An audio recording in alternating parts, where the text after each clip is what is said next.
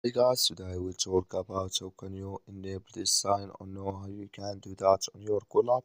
So you just follow this ways, then it's going to work with you. So all you have to do, you just go here, go above your photo profile, click on it.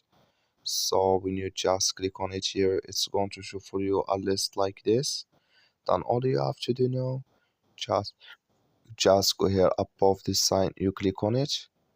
So then it's going to take you to next here, it's going to show for you like this. Then you click here on overlay screens, you just click on it here. So then you come to this list, it's going to take you here to this list.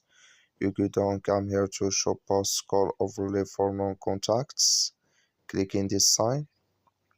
Like you see this color show for us, that's mean show post call overlay for non-contacts enable with us now. That's all you have to do. That's all. Thank you for watching. Don't forget to support us by like and subscribe.